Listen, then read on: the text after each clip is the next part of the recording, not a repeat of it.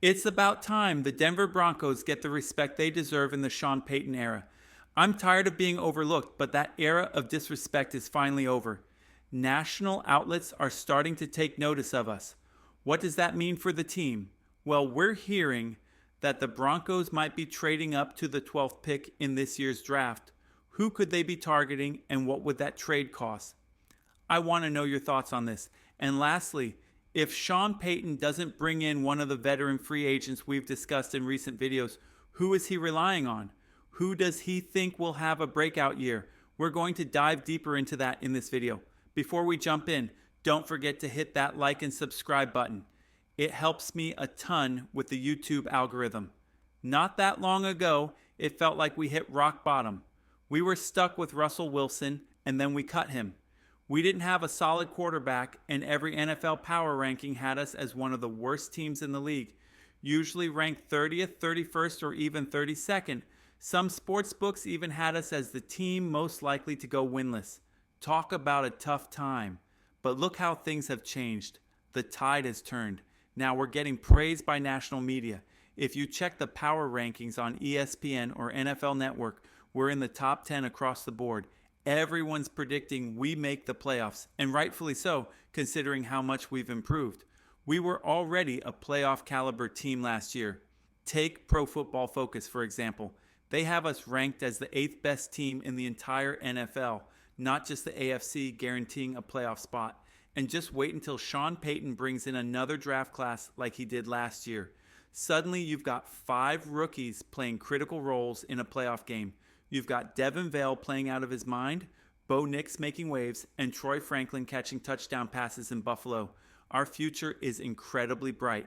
If we even hit on half of our picks in this draft, we'll be a deep playoff contender. One of my go-to sources for NFL news is The Ringer.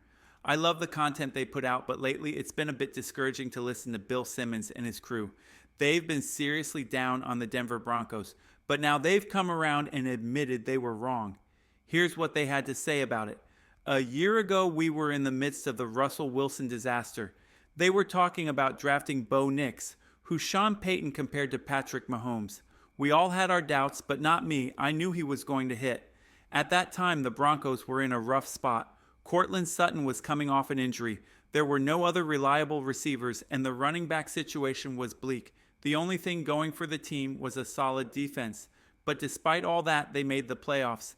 And not only did they make the playoffs, but when you look back at how that season could have played out differently, it's incredible. If we don't have that field goal blocked against the Kansas City Chiefs, or if Patrick Surtain doesn't get hurt against the Chargers, or if we manage that overtime game against Cincinnati better, you're looking at 3 or 4 more wins where we had losses. The future for this team is extremely bright. I love that I don't sound like I'm just drinking the orange and blue Kool-Aid anymore. Everyone else is starting to agree with me. As a millennial, it's really important when people acknowledge that I was right. We were right about this team, and we have every reason to be excited. Here's another interesting take. The biggest threat to the Kansas City Chiefs next season isn't the Baltimore Ravens or the Pittsburgh Steelers. It's the team that outplayed them for most of the season, the Denver Broncos. We dominated them in that game. Yes, they were missing key players, but when both teams had their starters, it came down to a blocked field goal after a masterful drive from us. If that field goal doesn't get blocked, we might have taken that game in Arrowhead. The future is incredibly bright for this team. There's an interesting article out there saying, "Hey Broncos, you've done great. You've earned your spot climbing up the power rankings, but don't get complacent. You've got to make moves to keep building."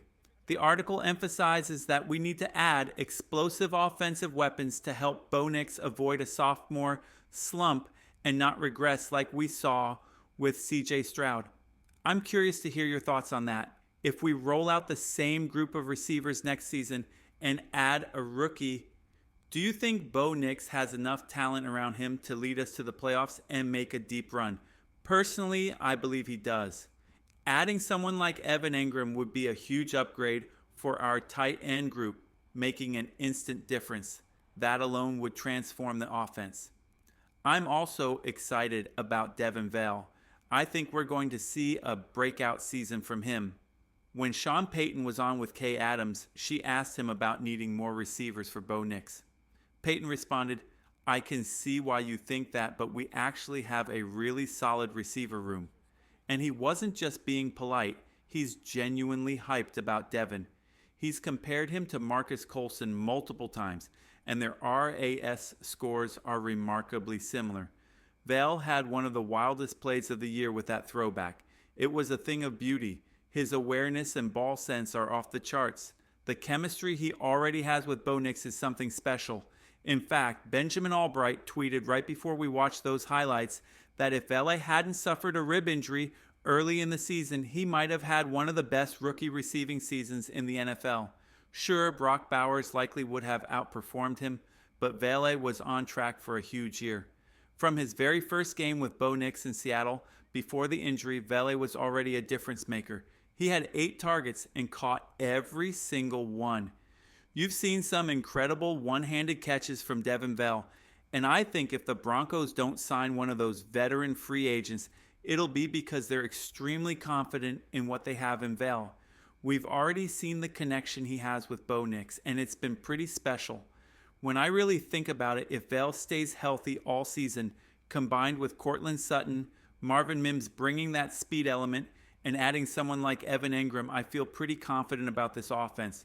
Sure, you're rolling the dice that none of these guys get hurt, but I believe in this group. If Sean Payton can find one more playmaker in the draft, this offense could be dangerous. It would be incredible if we could somehow land a guy like Keenan Allen, Amari Cooper, or Stephon Diggs. But I'm starting to think that might not be necessary. The more I reflect on it, the more I believe Payton was being honest with Kay Adams when he said the receiver room is already in good shape.